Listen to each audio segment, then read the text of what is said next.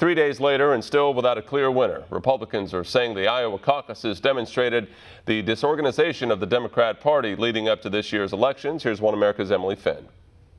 After days of confusion and inconsistencies awaiting the results of the Iowa caucuses, Democrats are now shifting their gaze to the next indicator of who will receive the DNC's nomination.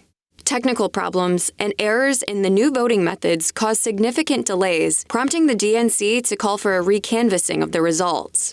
Without all of the votes properly accounted for, it appeared Senator Bernie Sanders and former South Bend, Indiana Mayor Pete Buttigieg nearly tied for first place, followed by Senator Elizabeth Warren in third and former Vice President Joe Biden in a distant fourth. For some reason in Iowa, they're having a little bit of trouble counting votes.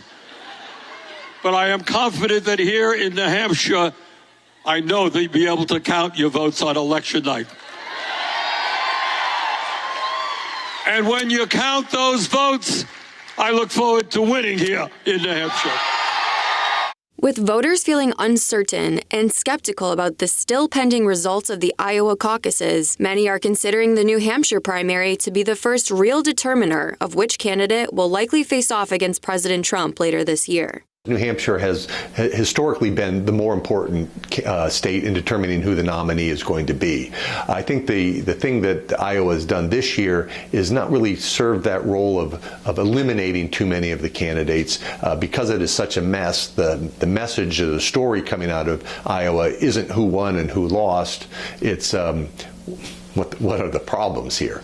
Analysts say third place is actually the key spot to watch in New Hampshire, since candidates and Senators Elizabeth Warren and Bernie Sanders are likely to place in first and second as they call neighboring states their home.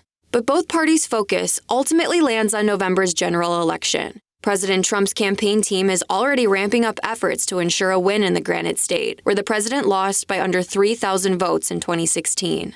However, the president appears optimistic about his chances to succeed, as the latest oddschecker.com poll showed the likelihood for the president to win a second term in office is close to 60%. As last-minute attempts to rally voters, the president's team is preparing to host a Keep America Great rally in Manchester on Friday, while Democrats gear up to take the debate stage on Monday. The New Hampshire primary will take place on Tuesday.